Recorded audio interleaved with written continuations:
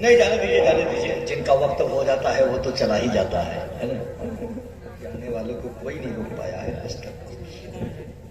ماشاءاللہ دوستو یہ تھے شیخار ترنم کرتے بھائی جناب کاوش رضا صاحب قبلہ کانپوری، جنہوں نے اپنے مخصوص لب و لہجے کے حوالے سے بہت ہی خوبصورت شعر ہمارے رات کے سماعتوں کے حوالے کیا، جس کو ہم اور آپ سماعتوں کے سر پہ اٹھائے ہوئے تھے. اظہر فاروقی نے کہا ہے کہ زمانے سے مسلسل درد صبح و شام ملتا ہے. بھائی جان وہ بیٹھ جائیے نا، وہ لوگ جا رہے ہیں جو جانے دیجیے. اور جہاں پہ آپ لوگ جا رہے ہیں وہاں پر ایک ہی لوٹا رکھا ہوا ہے، وہاں بھی جا کے لائن لگائیے گا. زمانے سے مسلسل درد صبح و شام ملتا ہے، درود پاک پڑھ لیجئے بہت آرام ملتا ہے. زمانے سے مسلسل درد صبح و شام ملتا ہے، درود پاک پڑھ لیجئے بہت آرام ملتا ہے. اور نبی کی نعت کیا ہے؟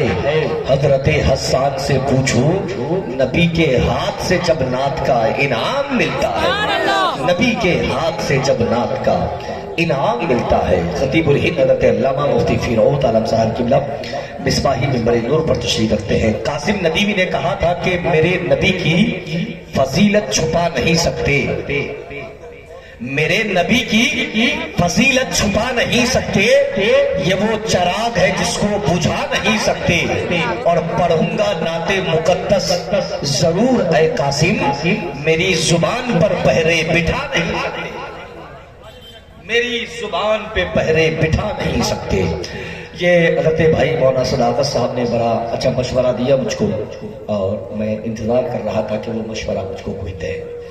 الحمدللہ میں نور پر تشریف رکھتے ہیں خطیب اہل سنت، خطیب ہند و نیپال، خطیب ذی صلاحیت ناشر مسلک اعلیٰ حضرت حضرت علامہ مفتی فیروز عالم صاحب قبلہ مصباحی.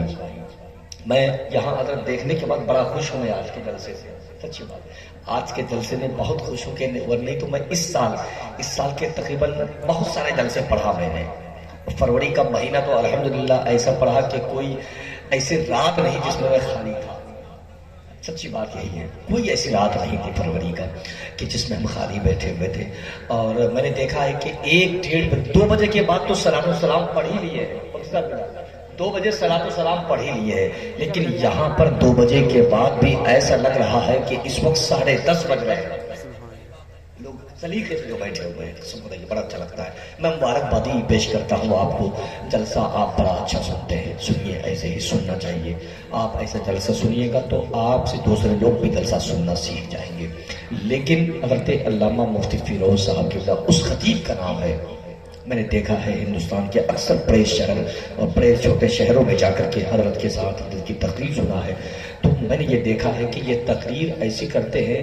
میں بیٹھے بیٹھے یہ محسوس کیا ہے کہ یہی وہ شخص ہے جو گنجوں کے شہر میں جا کے کنگھی نہیں بیچتا ہے. یہی وہ شخص ہے علامہ مفتی فیروز صاحب قبلہ جو اندھوں کے شہر میں شیشہ نہیں بیچتا ہے. الحمدللہ قوم کی ڈوبتی ہوئی دکھتی ہوئی نبض پر انگلی رکھ کر کے گفتگو کرنے کا سلیقہ جن کو آتا ہے، اس ذات کو حضرت علامہ مفتی فیروز احمد مصباحی کہتے ہیں. وہ تشریف تھے، ان کی تقریر سن کے بغیر اگر آپ چلے گئے، میں دعوے کے ساتھ یہ کہہ سکتا ہوں کہ 1 سال تک تو آپ پچھتائیں گے.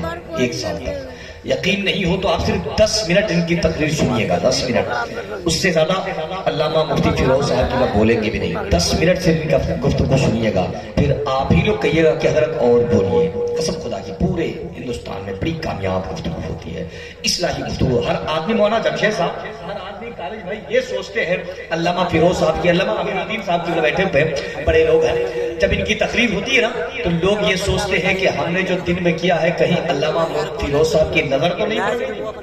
بہت ایسے لوگ سوچتے ہیں کہ ہم نے جو کل پان کھایا تھا فلاں جگہ وہ علامہ مفتی فیروز صاحب ہم کو دیکھ تو نہیں دے کہیں.